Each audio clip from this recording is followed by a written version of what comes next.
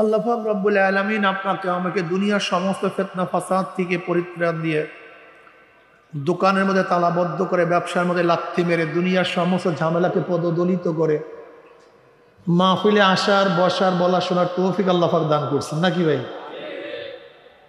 আবার অনেক মানুষের সুযোগ সুবিধা থাকা সত্ত্বেও আসতে পারেনি।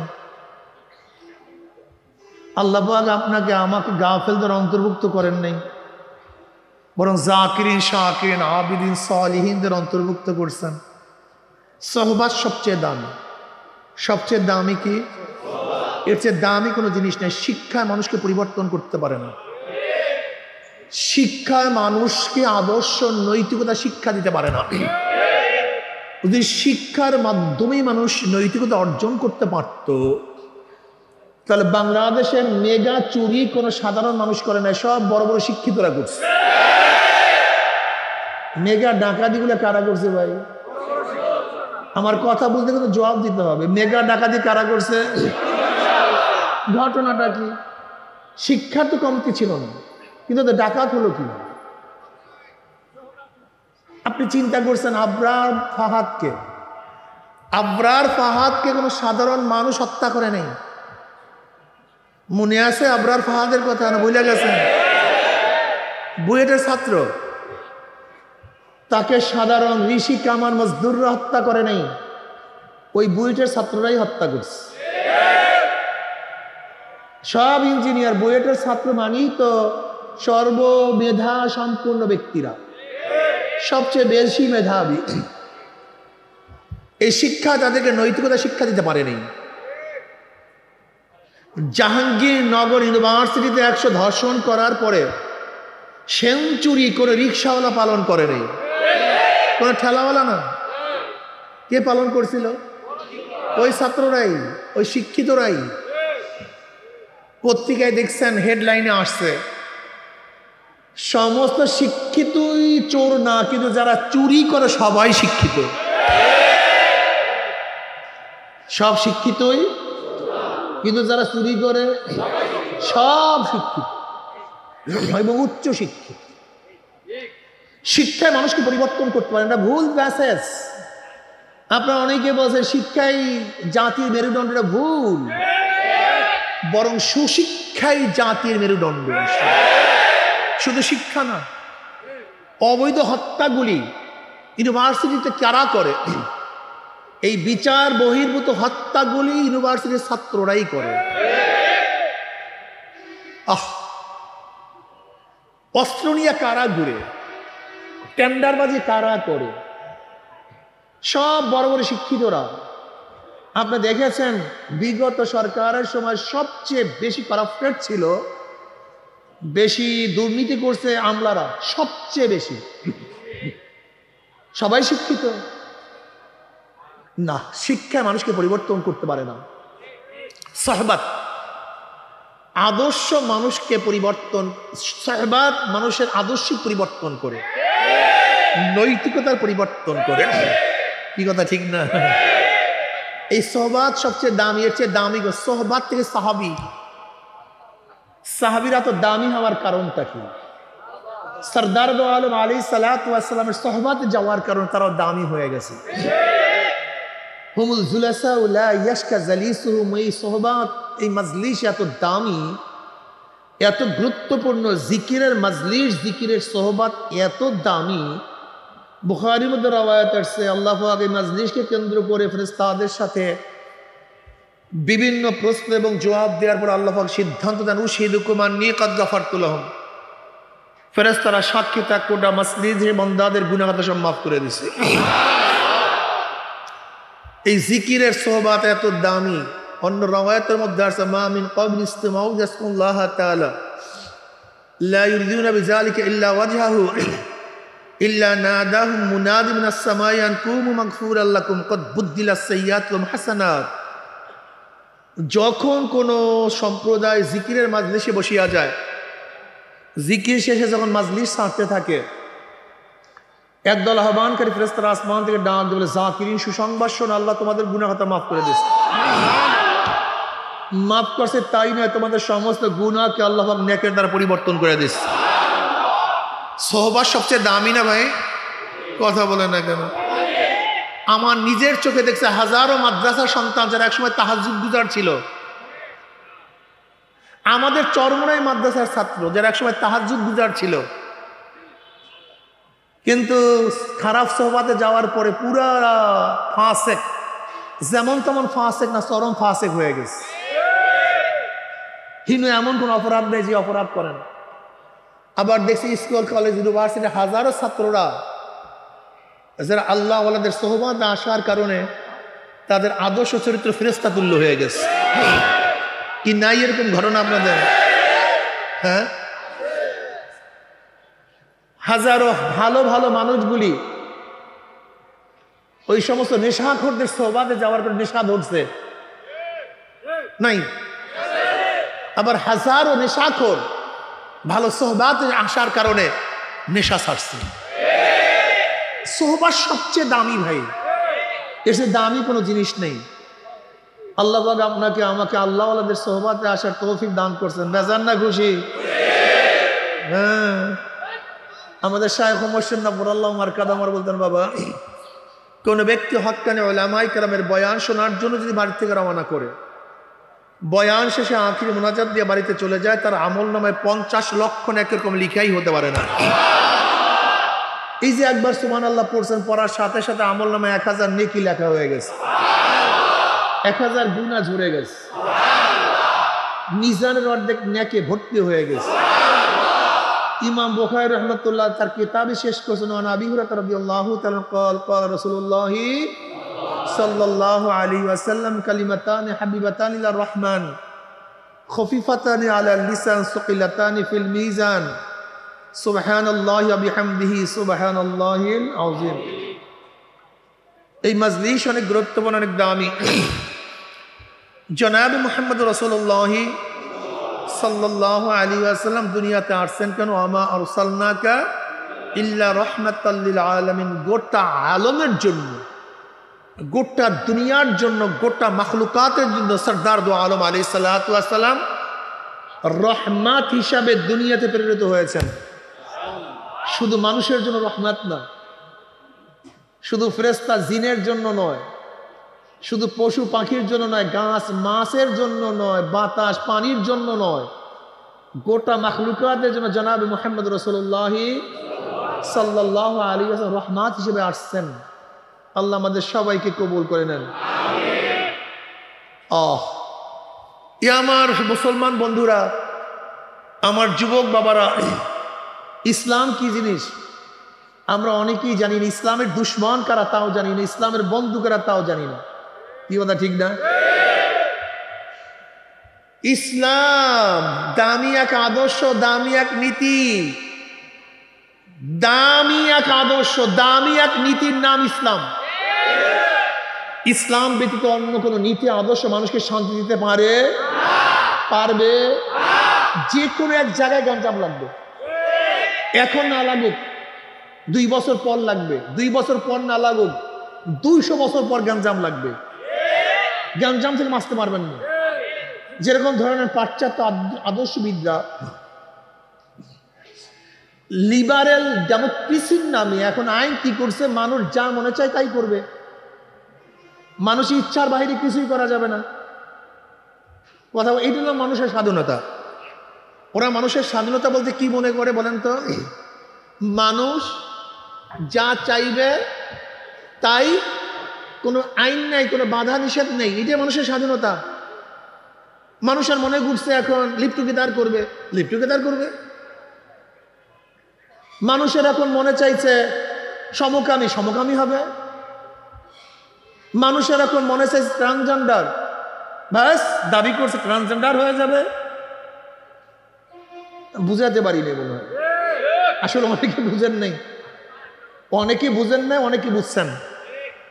ওরা স্বাধীনতা বলতে কি মনে করে না, আমি যদি মনে করি আমি মহিলা, বাস আমি মহিলা। আপনি যদি মনে করেন আপনি একজন মহিলা, যদি মনে করেন পুরুষ, বাস সে পুরুষ। কেউ যদি মনে করেন বিবাহ করবে না, হ্যাঁ বিবাহ করবো না। যদি কেউ বলেন আমরা মেয়েরা থাকবো, পুরুষ ব্যবহার করবে, হ্যাঁ ঠিক আছে, এটাই আইন। কেউ যদি বলেন আমরা পুরুষ থাকবো, মহিলা থাকবো না, মহিলাকে ব্যবহার করবো না, হ্যাঁ এটাই আইন। কেউ যদি মনে করে আমি উলঙ্গ অবস্থায় রাস্তায় নামবো, কার কি, হ্যাঁ ঠিক আছে চলো, কোনো সমস্যা নাই। কেউ যদি বলে সবার সামনে আমি যৌনতা নিবারণ করবো, হ্যাঁ করো, কোনো সমস্যা নাই। আপনার আশ্চর্য হয়ে গেছে মনে হয় না অনেকই, এগুলো ওদের আইন। ওরা বলে মানুষ যা মনে করবে এইটা করবে, এইটা স্বাধীন। কিন্তু জ্ঞানজামটা কোন জায়গায় লাগছে বলেন তো? জ্ঞানজামটা কোন জায়গায় লাগছে? ধরে নেন আমরা ওদের কথা মানলাম, ওরা ইউরোপের মধ্যে সমকামিতার আইন পাশ করছে। কি আইন পাশ করছে? ধরে নেন আপাতত কয়েক মিনিটের জন্য ইসলামকে বাদ দিছি, ইসলাম নাই, কয়েক মিনিটের জন্য কি বাদ দিছি ভাই? ইসলাম। আমরা সবাই সমকামী হয়ে গেছি, ধরে নেন আল্লাহ ফরজান কি হয়ে গেছি? সমকামী। মানে পুরুষ পুরুষ, মহিলা মহিলা, মহিলা মহিলা, পুরুষ। আচ্ছা বলুন তো 100 বছর পরে দুনিয়ার অবস্থা কি হবে? কথা বলেন না কেন? হ্যাঁ, দুনিয়া কি হয়ে গেছে? বাস কারবার শেষ, দুনিয়া শূন্য নাই, দুনিয়া 100 বছরের মধ্যে শেষ। তার মানে ওরা যেইটাকে ভালো মনে করছে, এই আদর্শ যদি আমরা সবাই গ্রহণ করি তাহলে কি হলোটাকে বলেন তো?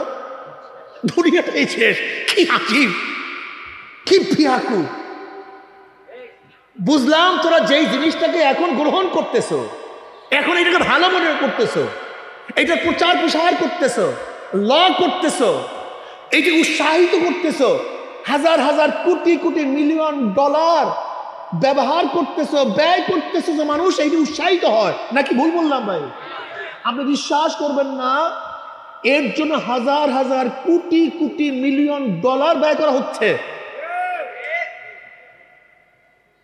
ধরে নাও তুমি সাকসেস হয়ে গেছো, তোমাদের এই প্রচারণায় কি হয়ে গেছো? সাকসেস হয়ে গেছো। আমরা সবাই তোমাদের আদর্শ গ্রহণ করছি। 100 বছর পরে দুনিয়া কি? এই তোমাদের জ্ঞান, আর নিজেকে জ্ঞানী মনে করো, এই তোমাদের জ্ঞান। 100 বছরের মধ্যে দুনিয়া শেষ করে এই জ্ঞান তুমি, আর তুমি সবচেয়ে বড় জ্ঞানী মনে করতেছো। এসে বড় বেয়াকুব আর দুনিয়াটা থাকতে পারে? আমাকে বললাম তো কি করতেছেন? আপনার জন্ম নিয়ন্ত্রণের ব্যাপারে খুব মারাত্মক, জন্ম নিয়ন্ত্রণ করতে হবে। বাস প্রচার প্রসার, হাজারো দলিলের মধ্যে লেখা 2 সন্তানের যথেষ্ট, 1 হইলে আরো ভালো। কি বলছেন কি বলেন নাই? করছেন করেন নাই? আমি ইদানিং দেখছি কত যে বংশ নির্বংশ হয়ে গেছে। এই ইদানিং কত বংশ যে নির্বংশ হয়ে গেছে আপনি চিন্তাও করতে পারবেন না। আচ্ছা বলেন তো, বংশর পরিচয় হয় বাপের থেকে না মার থেকে? কথা বলেন। আমার নজরে দেখছে বহুত ব্যক্তির মাত্র 2টা মেয়ে বা 1টা মেয়ে, ছেলে নাই। তার মানে তার বংশ ওই পরিস্থিতি কাটা, বংশ নাই। আমার নিজের চোখে দেখা। শুধু কি তাই, অনেকের মাত্র 1টা ছেলে ছিল, মরিয়া গেছে, এখন জায়গা জমি সব ফ্রিগা লেখায়, কিচ্ছু নেই। আপনি কি জানেন আগামী 50 বছরের মধ্যে যা চলতেছে, এরকম চলতে থাকলে বহুত বংশ উদাও হয়ে যাবে, থাকবেই না।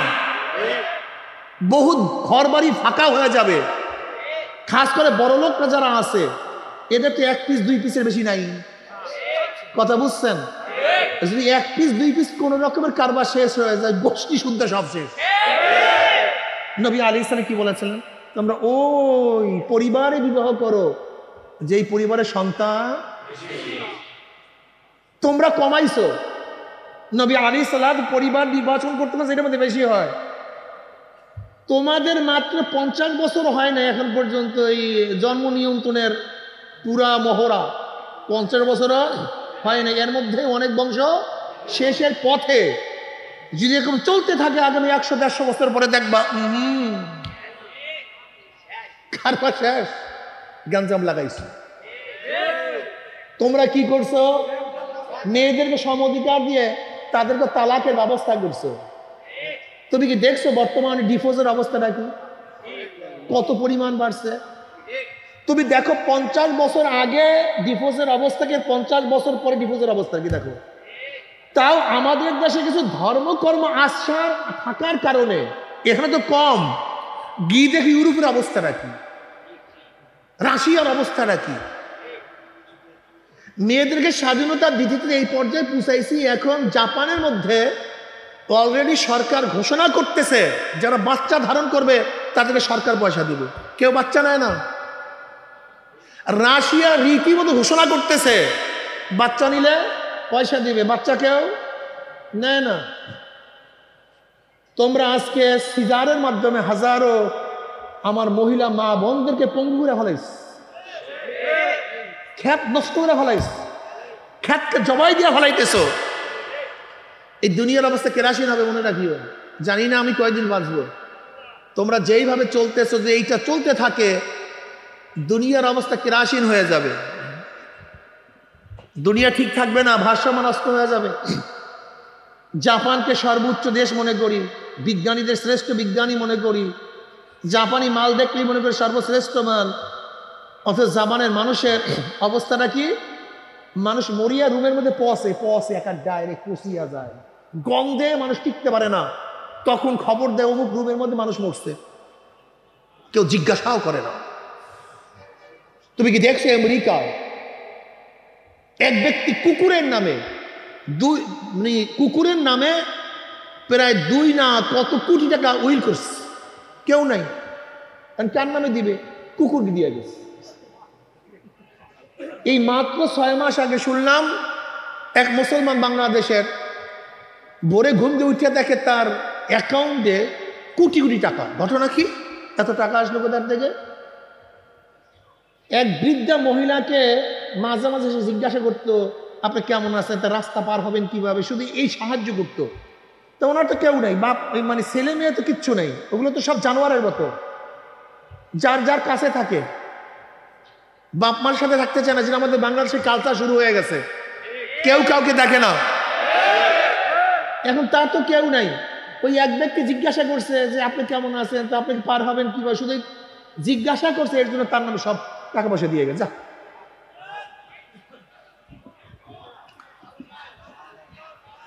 মাইক হালকা বাড়ান, আমি কথাটা বুঝাতে পারছি। জ্ঞানজাম কোন জায়গায় লাগছে? ইসলামকে বাদ দিয়া যেই আদর্শ নিজেরা চুজ করছো সেখানেই কথা বলে না কেন? লাগবেই, ফিরাতে পারবা না, লাগবেই, ফিরাতে পারবা না, কোনোদিন পারবা না। এর কারণটা কি? সংক্ষিপ্ত কথা বলবে, কারণটা কি? জ্ঞানজামটা লাগে কেন? দেখো, এমপ্লিফায়ার বানাইছে ইঞ্জিনিয়ার, এমপ্লিফায়ার বানাইছে না,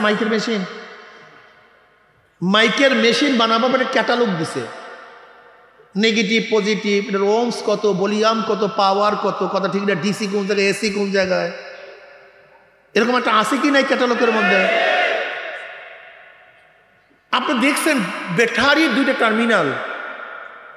টার্মিনাল কিন্তু কিসের? সীসার, দেখতে একই রকমের। 2টা তার কিন্তু সবই তামার, দেখতে একই রকমের। এখন আপনি যদি গবেষণা করেন যে 2টাই তামার, 2টা টার্মিনালই এক, তা আমি লালের জায়গায় কালো, কালোর জায়গায় লাল লাগাইলে, নেগেটিভের জায়গায় পজিটিভ, পজিটিভের জায়গায় নেগেটিভ হলে সমস্যা কি? আপনি যদি ক্যাটালগকে অনুসরণ না করে নিজের জ্ঞান দিয়া, যেহেতু 2টাই সমান, কাজে আপনি নেগেটিভের জায়গায় যদি পজিটিভ লাগান, পজিটিভের জায়গায় নেগেটিভ লাগান, যেখানে 110 ভোল্ট সেখানে 220 ভোল্ট যদি লাগান, ইঞ্জিন চলবে না? আলহামদুলিল্লাহ। কি হবে? কারণটা কি? কারণ হলো ইঞ্জিনিয়ার যেইভাবে মেশিনের ডিজাইন করছে, ওর ব্যতিক্রম ঘটালে ইঞ্জিন চলবে না, ধোঁয়া উঠবে। আমরা গাড়ির ইঞ্জিনের মধ্যে এক জায়গায় তেল দেয়, এক জায়গায় মোবিল দেয়, এক জায়গায় পানি দেয়। এখন কেউ যদি তৈলের জায়গায় মোবিল, মোবিলের জায়গায় তৈল, তৈলের জায়গায় পানি দেন, ইঞ্জিন চলবে না, বাস্ট হয়ে যাবে।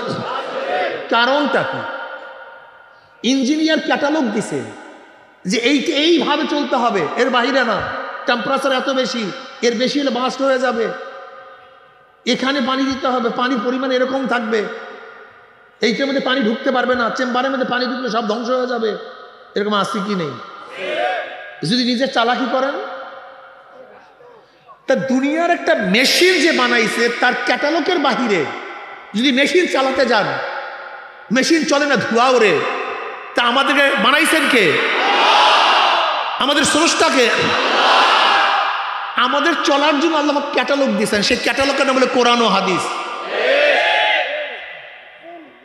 তোরা কিভাবে চলবি, কিভাবে হাঁটবি, কিভাবে খাবি, কিভাবে বিবাহ বন্ধন করবি, কিভাবে মুআমালাত করবি, মুআশারাত কিভাবে করবি, কিভাবে জমিন করবি, কিভাবে ব্যবসা করবি, কিভাবে রাজনীতি করবি, কিভাবে দেশ পরিচালনা করবি, কিভাবে বিচার করবি, সব কিছু দিয়ে দিস।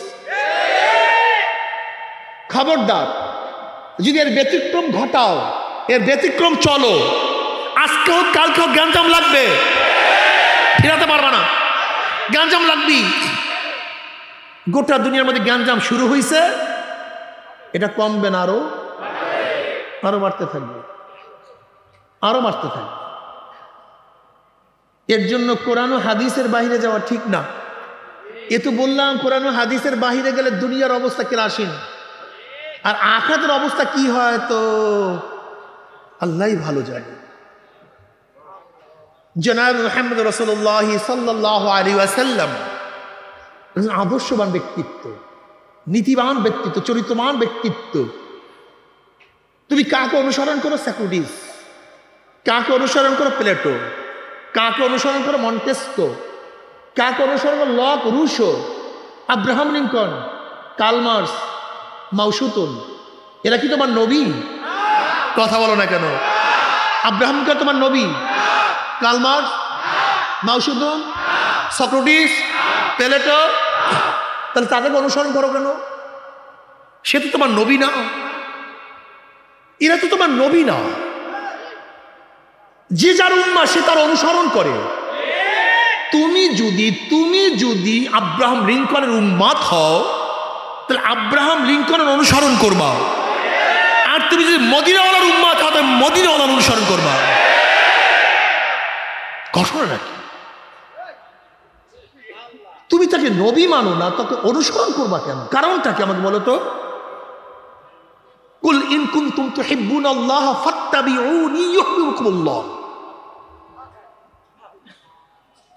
আল্লাহ নবী বলে আমাকে অনুসরণ করো, আমাকে মহব্বত করো, ফাত্তাবিউনি, আমার অনুসরণ করো, আমার অনুকরণ করো। আর তুমি অনুসরণ করছো কার্ল মার্কসের, মাওসুতুনের, আর তুমি দাবি করো আমি নবী মুহাম্মদ সাল্লাল্লাহু আলাইহি ওয়াসাল্লাম। তোমার সেই মিথ্যাবাদী আর দুনিয়াতে হতে পারে না। তুমি একটা ভণ্ড, তুমি মিথ্যুক, প্রতারক, তুমি প্রতারক, তুমি প্রতারক। আমি বলি, প্রশ্নের জবাব দাও। ডেমোক্রেসি আদর্শ, গণতন্ত্রবাদ আদর্শ, এটা আব্রাহাম লিঙ্কনের না আমার নবী? কথা বলেন না কেন? তা তুমি সেটা মানলে কিভাবে? এটা তো আমার নবীন না। সেকুলারিজম, ধর্মনিরপেক্ষবাদ, এটা আমার নবীন না কার্ল মার্কস, মাওসুতুনের? সেটা মানলা কিভাবে? এটা তো আমার নবীন না। কমিউনিজম, এটা তো আমার নবীন না, এটা তো কার্ল মার্কস, মাওসুতুনের। সেটা মানলা কিভাবে? তুমি আসলে আমার নবীকে বুঝেও নাই, চিনেও নাই, জানোও নাই। সমস্যাই তুমি এটা জাহেল। রাগ করছেন নাকি? শোনেন, আপনি কখন যে নবীর থেকে বের হয়ে গেছেন আপনি নিজেও জানেন না। ধরে নেন, একটা উদাহরণ দিই। এক মহিলা তার স্বামীর পাশে বসিয়া 59 মিনিট 50 সেকেন্ড স্বামীর প্রশংসা করছে। মাত্র 5 সেকেন্ড বাহিরের যুবকটার প্রশংসা করছে। কয় সেকেন্ড? বলে বাহিরের ওই যুবকটা এত সুন্দর, এত আকর্ষণীয়, এত সুগন্ধ বিশিষ্ট, সেরকম অবস্থা। কি কোনো সমস্যা আছে? কথা বলে নাকি? কি সমস্যা? লাগছে আগুন। হ্যাঁ, ওই আমেরিকার ক্যালিফোর্নিয়ার চেয়ে বড় আগুন লেগে গেছে এর মধ্যে, মুহূর্তের মধ্যে আগুন লেগে গেছে। আবার স্বামীর স্ত্রীর 59 মিনিট 55 সেকেন্ড তারিফ করছে। তোমার চক্ষু না যেন নার্গিস, তোমার নাক না যেন তীর, তোমার গাল না যেন গোলাপ, একেবারে ভালো মতো তারিফ করছে। স্ত্রী তো ফুইলে আসমানে উঠছে। তুমি যাই বলো না বলো, পাশের বাড়ির যুবতীটা এত সুন্দরী, মনে হয় যেন চাঁদ। কি আছেন? আর বাহিরে গেছে বলেন ভাই আমার কোম্পানি এইটা হইলে হবে কি, অমুক কোম্পানি আরো ভালো। যদি বসের শোনে অবস্থাটা কি হয়েছে কন্ত, বেয়াকুব বুঝেন না আপনি? যেরকম বসের সামনে যেই কোম্পানির প্রশংসা করেন, বসের বাহিরে সেই কোম্পানির প্রশংসা করতে হবে। অন্য কোম্পানির করছেন, চাকরি ডিসমিস। মসজিদে যাকে সিজদা করছেন, যাকে আল্লাহু আকবার বলছেন, মসজিদের বাহিরে অন্য কাউকে বড় মনে করলে, কাউ তারিফ করলে, আমার মাওলায় লাথি মারি ইসলামের গদির থেকে, ইসলামের নামের থেকে তোমায় বের করে দেন।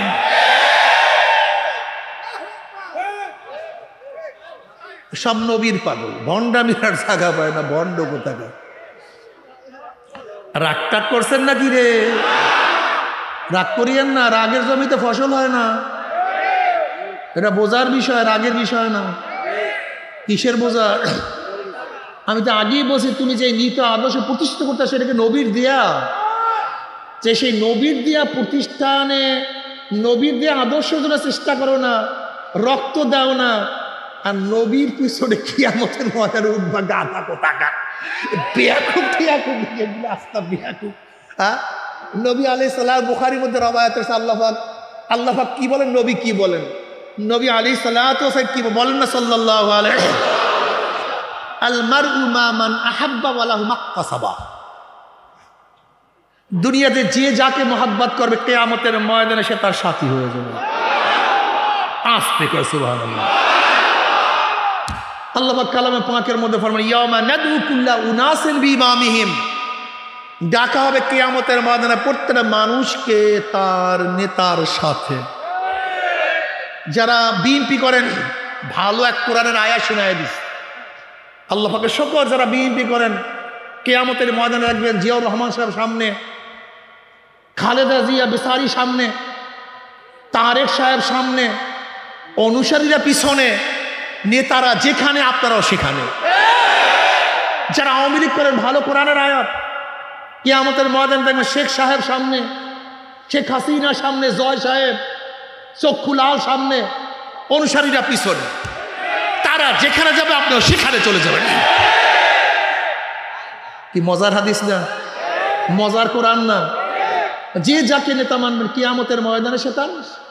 কিন্তু আমাদের দেশের মানুষগুলির ভাবটাই তো মুনাফিকি ভাব। কিয়ামতের ভাবটাই মুনাফিকি। বিশ্বাস হয় না, দুনিয়াতে থাকবে তাদের সাথে, আর মনে মনে কল্পনা করে হুজুর কিয়ামতে থাকবে আপনাদের সাথে। হুজুর দেখে জিজ্ঞাসা করেন, বিশ্বাস করে, কলেজে জিজ্ঞাসা করেন, পড়তে জিজ্ঞাসা করেন, কল হুজুর না কিয়ামতের ময়দানে, হুজুর না, হুজুর তাদের সাথে না। হুজুর কি আজীব মানুষ তোমরা, কি আজীব মানুষ। দুনিয়াতেও যাদের সাথে, কিয়ামতে তাদের সাথে, সমস্যা কি? আর আমরা তো বিশ্বাস করি নবী আলাইহিস সালাতু ওয়াস সালাম নেতা মানছে, অন্য কাউকে নেতা মানি নাই। উলামায়ে কেরামকে মহব্বত করে, অন্য কাউকে মহব্বত করি না। কিয়ামতের ময়দানে নবী আমাদের সামনে থাকবে, হক্কানি উলামায়ে কেরাম আমাদের সামনে থাকবে, আমরা তাদের পিছনে থাকবো। তারা যেখানে যাবে আমরা সেখানে চলে যাবে ইনশাআল্লাহ। আমরা সবাই নবীর সেনা, আমরা সবাই রাসূল সেনা। আমার নেতা তোমার নেতা বিশ্ব নবী মুস্তাফা। নারায়ে তাকবীর, নারায়ে তাকবীর, নারায়ে তাকবীর, নারায়ে তাকবীর, নারায়ে তাকবীর, নারায়ে তাকবীর। কোরআন সুন্নাহর আলো ঘরে ঘরে চালো, কোরআন সুন্নাহর আলো। ইসলামের দুশমনেরা হুঁশিয়ার, সাবধান। নারায়ে তাকবীর। বসুন। আমরা বড় মনে করি কাকে? অন্য কাউকে। কি মজা আছে কি নেই? এর জন্য আমাদের কিছু না থাকলেও মজা, আর তোমাদের সব কিছু থাকার পরেও তোমাদের মজা নাই। গাঁজা যারা আল্লাহ কিছু নাই, শুধু শান্তি। আলা বিযিকরিল্লাহি তাতমাইন্নুল কুলুব। তুমি দেখবা হাজারো রিক্সাওয়ালা রিক্সা চালায়, ভাই কেমন আছেন? বলবো আলহামদুলিল্লাহ, খুবই ভালো রাখছে। দেখছেন মজা, অথচ গরিব। হাজারো ঠেলাওয়ালা বলবেন ভাই কেমন আছে, বলবেন আলহামদুলিল্লাহ আল্লাহ পাক খুবই ভালো রাখছেন। ঘর নাই বাড়ি নাই, আল্লাহওয়ালা যদি বলেন কেমন আছেন ভাই, আল্লাহ খুবই শান্তিতে রাখছে। আল গেনা গেনা নফস, নবী আলাইহিস সালাতু ওয়াস সালাম ফরমান মনের ধনী বড় ধনী, কম ধনী। তুমি কি দেখো হাজারো বড় লোক শান্তি নাই, হাজারো হাজার কোটি টাকার মালিক কোনো শান্তি নাই, কিন্তু সাধারণ আল্লাহওয়ালা কত শান্তি, শান্তি কোনো অভাব নাই। আসলে বাবারা শান্তি খোঁজ করো, টাকা খোঁজ করো, জমির খোঁজ করো, বাড়ি খোঁজ করো, কিন্তু শান্তি তালাশ করলা না। আসলে বাড়িতে মানুষকে শান্তি দিতে পারে না, গাড়ি মানুষকে শান্তি দিতে পারে না। শান্তি দিতে পারে মাওলার ইবাদতের মধ্যে, মাওলার জিকিরের মধ্যে। এ আমার যুবক বাবারা, আমার মুরব্বী বাবারা, পর্দার মা বোনেরা, মাওলাকে নিয়ে মাওলার কবরে যাইও। মাওলার আদর্শ, নবীর আদর্শ বাস্তবায়নের জন্য জীবনটাকে উৎসর্গ করিও। হে বেয়াকুব, তুমি বারবার বলো নেতাজি তোমার জন্য জীবন দিয়া দেব, তোমার জন্য রক্ত দিয়া দেব। এ আমার বাবার এই রক্ত কার, এই জীবন কার, এই সময় কার? না, এই জীবন তোমার নেতার জীবন না, এই রক্ত তোমার নেতার রক্ত না, এই সময় তোমার নেতার সময় না। রক্ত যদি দিতে ইচ্ছা আমার মাওলার জন্য রক্ত দিয়া দাও, জীবন যদি দিতে ইচ্ছা আমার মাওলার জন্য জীবনকে উৎসর্গ করিয়া দাও, সময় যদি ত্যাগ করে আমার মাওলার জন্য সময় দিয়া দাও। আজ যদি মাওলাকে নিয়ে কবরে যাইতেই পারো, কবরটা জান্নাতের বাগিচা হয়ে যাবে। যদি নবী আলাইহিস সালাতু ওয়াস সালামকে মুহাব্বত করিয়া সুন্নাত অনুসরণ করিয়া কবরে যাইতেই পারো। এক রওয়ায়াতের মধ্যে আসেন নবী আলাইহিস সালাতু ওয়াস সালাম রওজার সাথে সুরাক হইয়া যাবে, রাস্তা হইয়া যাবে। ফেরেশতারা প্রশ্ন মান হাজার রজুল, চেন ওই ব্যক্তিকে। যুবক দেখবেন নবীর মাথার সাথে তার মাথার মিল, নবীর চেহারার সাথে তার চেহারার মিল, নবীর পোশাকের সাথে তার পোশাকের মিল, নবীর নীতি আদর্শ সাথে তার নীতি আদর্শর মিল, নবীর সাথে তার দলের মিল, নবীর সাথে তার নেতার মিল। অমনি বলবে যে আমার নবী জনাবে মুহাম্মদ রাসূলুল্লাহ সাল্লাল্লাহু আলাইহি ওয়াসাল্লাম। আমার মাওলা ডাক দিয়ে বলে কাজা সাদাকা আবদি, আমার বন্দা সত্য কথা বলছে। আফরুশুল ফরাশ মিনাল জান্নাহ ওয়া আলবিসু মিনাল জান্নাহ। এ ফেরেশতার বন্দা বান্দির গায়ের মধ্যে জান্নাতের পোশাক লাগায়া দে, জান্নাতের বিছানা বিছায়া দে, জান্নাতের নাজ নিয়ামত দ্বারা গোটা কবরটাকে ভরিয়া যা, আল্লাহ তুমি কবুল করিয়া নাও। কিন্তু আমার যুবক বাবারা, আমার উপরে রাগ করিও না, আমার মুরব্বী বাবার আমার উপরে বেজার হইও না। তুমি তোমার কবর রওনা করছো, আমি আমার কবর রওনা করছি। মান রব্বুকা আমার দীনুকা আমার নবিউকা, তোমার কাছে যেই প্রশ্ন আমার কাছেও সেই প্রশ্ন, ধনীর কাছেও যেই প্রশ্ন গরিবের কাছে একই প্রশ্ন, পীরের কাছে যেই প্রশ্ন মুরিদের কাছে একই প্রশ্ন, মালিকের কাছে যেই প্রশ্ন গোলামের কাছে একই প্রশ্ন। যদি প্রশ্নের উত্তর ঠিক মতো দিতেই পারো, কামিয়াব হয়ে যাবা। কিন্তু খোদা না খাস্তা, খোদা না খাস্তা, খোদা না খাস্তা, বাবার তুমি কেন বুঝো না? বড় পাতিলের মধ্যে ভাত দুই একটা চাপ দিলেই বোঝা যায় ভাত হয়েছে কি হয় নাই। ঠিক হাজারো আমলের মধ্যে দুই একটা প্রশ্ন করলেই বোঝা যায় ইমান ঠিক আছে কি নাই, এ আমল করছে কি করে নাই, এ কোন আদর্শ লোক ছিল, কোন নীতি আদর্শ পালন করছে। এই তিনটা প্রশ্নের মধ্যে সমস্ত কিছু হয়ে যাবে। জানি না অবস্থা কি হবে।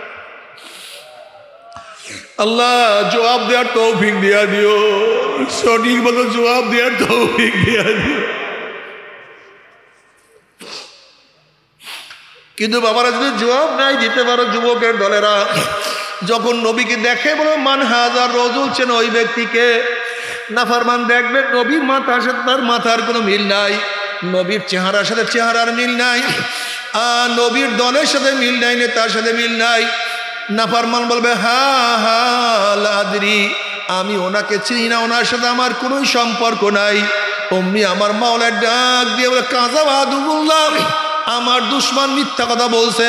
এ কবরের মাটি চাপ দে, অমনি কবরের দুই পাশের মাটি এত জোরে চাপ মারবে, চাপের সাথে এক পাথরের হাঁটি আর এক পাথরে লাগাইয়া ফেলবে। আল্লাহ সবাইকে মাফ করিয়া দাও, সবাইকে জবাব দেওয়ার তৌফিক দিয়া দাও। যদি আল্লাহ আল্লাহ রসুলকে খুশি করিয়া কিয়ামতের ময়দানে উঠতেই পারো, বুখারীর মধ্যে রওয়ায়াত আসছে নবী আলাইহিস সালাতু ওয়াস সালাম ফরমান, হে আমার উম্মতেরা, কিয়ামতের ময়দানে তিন জায়গায় আমাকে খোঁজ করিও। হাউজের কিনারে আমাকে খোঁজ করিও, মিজানের কাছে আমাকে খোঁজ করিও, পুসরাতের গোড়ায় আমাকে খোঁজ করিও। যারা নবী আলাইহিস সালাতু ওয়াস সালামকে অনুকরণ করিয়া কিয়ামতের ময়দানে উঠবা, আমার নবীর হাতে হাউজে কাউসারের পানি পান করতে পারবা। বুখারীর মধ্যে রওয়ায়াত আছে, মান শারিবা লাম ইয়াজমা আবাদা, যেই ব্যক্তি এক পেয়ালা হাউজে কাউসারের পানি পান করবে 50,000 বছরের মধ্যে আর কোনোদিন পানি পিপাসা লাগবে না। আল্লাহ তুমি কবুল করিয়া নাও। নবী আলাইহিস সালাতু ওয়াস সালাম মিজানের কাছে দাঁড়ানো থাকবে, তার উম্মতদেরকে ওজন দেওয়া শুরু করবে। যখনই কোনো গুনাহ ওজন করা শুরু করবে, আমার নবী সুপারিশ করবে, মাওলা হে, এ তো যুবক, এ তো ছাত্র, এ তো স্কুলের ছাত্র, কলেজের ছাত্র, কলেজে পড়াশোনা করছে, এরপরে হাজারো গুনার থেকে বাঁচার চেষ্টা করছে, কিন্তু দুই একটা গুনাহ তো এখনো দেখা যায়। এর ঘরের মধ্যে গুনাহ, বাহিরে গুনাহ, এরপরে হাজারো চেষ্টা করছে, কিন্তু এখনো আমল নামায় দুই একটা গুনাহ দেখা যায়। মাওলা এই গুনাহটাকে ওজন করিও না। আবার যখনই নেক বাদ দেওয়া শুরু করবে, অমনি নবী আলাইহিস সালাতু ওয়াস সালাম সুপারিশ করে, মাওলা হে, ওর বাবা নামাজ পড়তো না, ওর মা পর্দা করতো না, ওর বড় ভাই আপনাকে সিজদা করতো না, ওর দাদা দাড়ি রাখতো না কিন্তু নাতি হইয়া দাড়ি কাটতো না,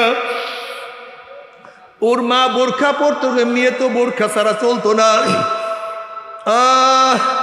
এরপরও কিছু তো আমল নামায় ত্রুটির ন্যাক তো ঠিক মতো করতে পারে নাই। তুমি এই ন্যাকটাকে বাদ দিও না। বুখারীর মধ্যে রওয়ায়াত আছে, কিয়ামতের ময়দানে আল্লাহ পাক নবীকে বলবেন, সালতুতা ইশফাতু শাফা, এ আমার নবী, আপনি আমার কাছে চান, যা চাইবেন আমি দিয়া দেব। আপনি আমার কাছে সুপারিশ করেন, যেই সুপারিশ করবেন সেই সুপারিশ আমি কবুল করব।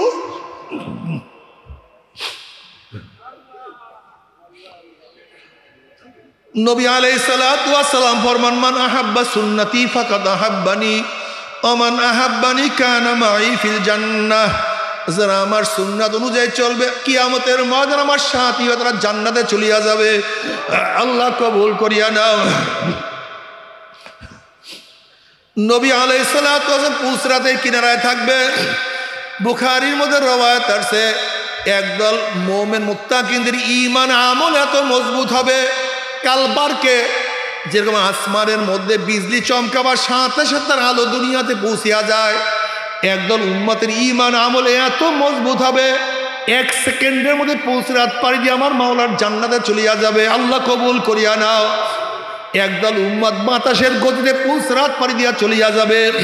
কেউ জোরে চলনেওয়ালা ঘোড়ার গতিতে, কেউ দৌড়াইয়া, কেউ হাঁটিয়া পুসরাত পাড়ি দিয়া মাওলার জান্নাতে চলিয়া যাবে।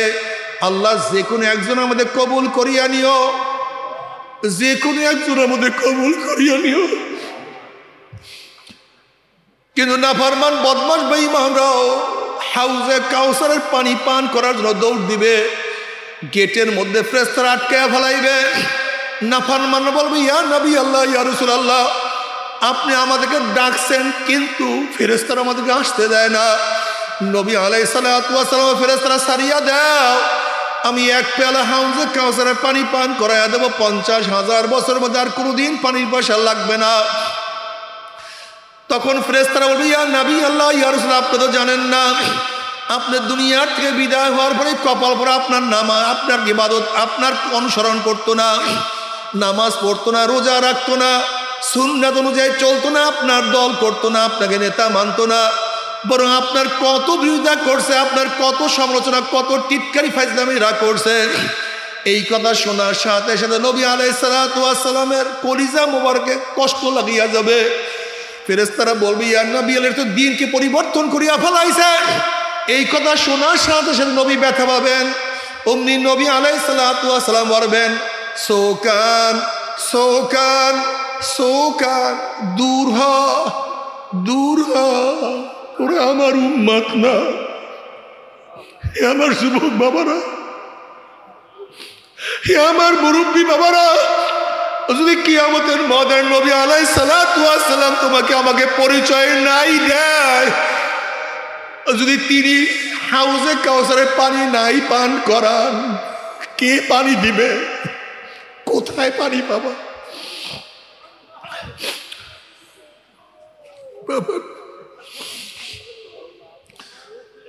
যদি আমার মাওলা আরো সে বেশি জায়গা না দেন, কোথায় জায়গা পাবার? যদি আমার নবী সুপারিশ না করেন, কে সুপারিশ করবে? নবী যদি পরিচয় না দেয়, কে পরিচয় দিবে? আল্লাহ তুই আমাদের সবাইকে মাফ করিয়া দাও। আল্লাহ তুই আমাদের সবাইকে ক্ষমা করিয়া দাও। নাফরমানের উপায় থাকবে না, সূর্যের গরমে ঘামাইতে থাকবে, ঘামাইতে ঘামাইতে কাউর ঘাম হাঁটু পরিমাণ হয়ে যাবে, কাউর ঘাম কোমর পর্যন্ত হয়ে যাবে, কেউ ঘামের মধ্যে সাঁতরাইতে থাকবে। আল্লাহ মাফ করিয়া দাও। কিয়ামতের ময়দানে নাফরমান কাঁদতে কাঁদতে চোখের পানি শেষ হয়ে যাবে, এরপর চোখের থেকে রক্ত বাইর হওয়া শুরু হবে। নবী আলাইহিস সালাতু ওয়াস সালাম ফরমান, ওই পানি এবং রক্ত পড়তে পড়তে গালের চামড়া গোশতগুলি পচিয়া পচিয়া পড়িয়া যাবে, চোখের নিচে বিশাল বিশাল গর্ত হয়ে যাবে, লক্ষ লক্ষ লক্ষ লক্ষ কোটি কোটি ফোঁটা চোখের থেকে পানি পড়বে, কিন্তু আর কোনো লাভ নাই, আর কোনো উপকার নাই। অথচ দুনিয়ার মধ্যে নবী আলাইহিস সালাতু ওয়াস সালাম ফরমান, মান বাকা মিন খাশিয়াতিল্লাহি হারামাল্লাহু তিলকাল আইনা আলান নার। যেই চক্ষু মাওলার ভয়ে জাহান্নামের ভয়ে এক ফোঁটা চোখের পানি ফেলাইতে পারবে, ওই চোখের উপর আমার মাওলা জাহান্নামের মন হারাম করিয়া দিবে। বাবারে, আজকে দুনিয়ার মধ্যে এক ফোঁটা চোখের পানি তোমার জন্য আমার জন্য জাহান্নাম হারাম হওয়ার কারণ হইতে পারে। আর নাফরমান কিয়ামতের ময়দানে হাজার হাজার বছর কাঁদবে, লক্ষ লক্ষ বছর কাঁদবে, কিন্তু কোনো লাভ নাই, কোনো উপকার হবে না। আল্লাহ তুমি আমাদের সবাইকে মাফ করিয়া দাও। এই জন্য নবী আলাইহিস সালাতু আল্লাহর কাছে দোয়া করে, আল্লাহুম্মা রযুকনি আইনাইন তাবকিয়ান মিন খাশিয়াতিকা ক্বাবলা আন ইয়াকুনা দামু দামান। মাওলা হে, তুমি আমাকে এমন দুইটা চক্ষু দান করো, যেই চক্ষু তোমার ভয়ে সব সময় কাঁদতে থাকবে। ওই দিন কান্নার আগে, যে এই দিন চোখের পানি শেষ হয়ে অনর্গল রক্ত বাইর হওয়া শুরু হয়ে যাবে, আল্লাহ মাফ করিয়া দাও। আইনা ইয়া হাল্লা তাবকিয়ানে আলা জানবি, আইনা ইয়া হাল্লা তাবকিয়ানে আলা জানবি তানাসারা উমরি মিন ইয়াদি ওয়ালা আদরি। আফসোস আমার চক্ষু, তুই আমার গুনার কথা স্মরণ করিয়া কেন কান্দো না? ও আমার চক্ষু, তুই আমার গুনার কথা স্মরণ করিয়া কেন কান্দো না? অথচ আমার সামনে আমার চুল পাকিয়া গেল, আমার সামনে আমার দাড়ি পাকিয়া গেল, আমার সামনে আমার চোখের পাওয়ার নষ্ট হয়ে গেল, আমার সামনে আমার শরীরের শক্তি রহিত হয়ে গেল, আমার সামনে আমি কবরের কিনারায় চলে আসছি, কিন্তু কোনো কিছু হিসাব মিলাইতে পারলাম না। আল্লাহ মাফ করিয়া দাও। বাবারে, তুমি জাহান্নাম সম্পর্কে জানো কত কঠিন। আজকে শীতের মধ্যে কত সুন্দর সুন্দর পোশাক পরো, কোট পরো, সোয়েটার গায়ে দাও, জ্যাকেট পরো। আল্লাহ পাক জাহান্নামীদের জন্য একটা জামা বানাইছে। ওই জামা, ওই পোশাকটা কোনো উলের পোশাক না, সুতির পোশাক না, ওই পোশাকটা জামাটা হবে জাহান্নামের আগুনের জামা। আল্লাহ মাফ করিয়া দাও।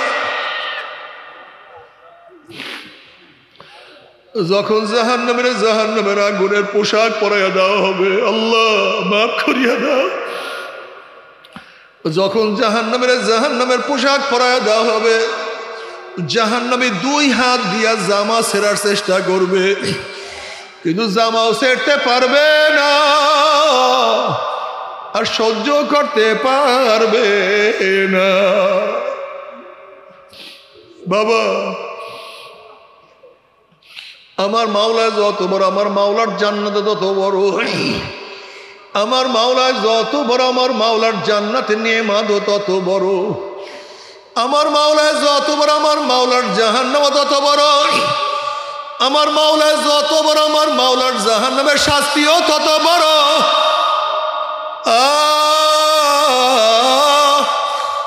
যখন জাহান্নামে পানি পানি করে চিল্লাতে থাকবে, ওয়াস্তাগীসু ইউগাসু বিমাইন কাল মুহলি ইয়াশবিল উজুহু বিইসা শারাবু ওয়া সাআত মুরতাফাকা। যখন জাহান্নামে পানি পানি করে চিল্লাতে থাকবে, তাদের সামনে ঘন আল কাত্তার পুঁজ তাদের সামনে হাজির করা হবে। ওই পানি এবং পুঁজ এত গরম হবে, যখন জাহান্নামী লোকের চেহারার সামনে পানি এবং পুঁজ নিয়ে আসা হবে, পানি এবং পুঁজের গরমে চেহারার চামড়াটা খুলিয়া জাফাত করে পড়িয়া যাবে। এরপরও পানির তৃষ্ণা মিটবে না। যখন ডক ডক করে পানি এবং পুঁজ গিলিয়া খাইয়া ফেলাইবে, পেটের মধ্যে গিয়া নারী বুড়ি সব জ্বালাইয়া পোড়াইয়া গলাইয়া পিছনের রাস্তা দিয়া জুব জুব করে ফালাইয়া দিবে। আল্লাহ পাক কালামে পাকের মধ্যে ফরমান লা ইয়ামুতু ফিহা ওয়ালা ইয়াহইয়া। মানুষ মরবেও না, বাঁচবেও না, জীবন বাহির হবে কিন্তু বাহির হবে না। বাবারা, সহ্য করতে পারবি? ওই আযাব তো কেউ সহ্য করতে পারবো না। তবে মুমিন মুসলমান বলে সবাই রে মনে চায় গুনার থেকে ফিরিয়া না কামল করিয়া মাওলার জান্নাতে কিন্তু সময় দিয়ে যাইতে মনে চায়। গুনাহ নিয়া মাওলার জাহান্নামে কাউরি কিন্তু যাইতে মনে চায় না। কিন্তু কেনই বা আমরা নেক আমল করতে পারি না, কেনই বা গুনার কাম ছাড়তে পারি না? এর মূল কারণ হলো আপনার এবং আমার পিছনে নফস এবং শয়তান লাগিয়া রইছে। এই নফস এবং শয়তান থেকে ফেরার জন্য যে কোনো একজন হক্কানি আল্লাহর ওলির হাতে হাত দিতে হবে রে বাবা। খবরদার, বর্তমান জমানায় পীর মুরিদের নামে ভেজাল, ব্যবসা, দলাদলি, হিংসা, হাসাদে পরিণত হয়ে গেছে। সমস্ত আল্লাহর ওলির একমত, যেই পীরের 5 জন মুরিদের মধ্যে কমপক্ষে 3 জনকে দেখবেন আলহামদুলিল্লাহ সুন্নাত মুআফিক আমল আখলাক মজবুত হয়ে যাইতে আছে, গুনার কাম ছাড়তে আছে, নেকের আমল ধরতে আছে, কলব নরম হইয়া চোখে পানি আসতে আছে। বৃক্ষতর নাম কি, ফলে পরিচয়। আমি চরমোনাই বুঝি না, চরমোনার দাওয়াত প্রশংসা প্রচার প্রসার করার জন্য আসি রে বাবা। চরমোনায় যাওয়ার তোমার কোনো দরকার নাই, কোনো দরকার নাই, কোনো দরকার নাই। তুমি যার কাছে গিয়া পারো গুনার কাম ছাড়ো, নেকের আমল ধরো, কলব নরম করিয়া চোখে পানি নিয়ে মাওলার কবরে যাইও। যেরকম দুনিয়ার ঘরে আগুন লাগলে পানি ছাড়া নিবানো যায় না, ঠিক তদ্রুপ তোমার এবং আমার গুনার দ্বারা যে জাহান্নামের আগুন জ্বলিয়া রইছে, চোখের পানি ও ছাড়া কিন্তু জাহান্নামের আগুন নিবানো সম্ভব না। কাজী বাবা, আমার জন্য দোয়া চাই, আমিও দোয়া করি। সবাই সবার জন্য প্রাণ খুলিয়া দোয়া করো, যেন কিয়ামতের ময়দানে গলাগলি বাঁধিয়া মাওলা একসাথে জান্নাতে যাওয়ার তৌফিক দিয়া দেয়।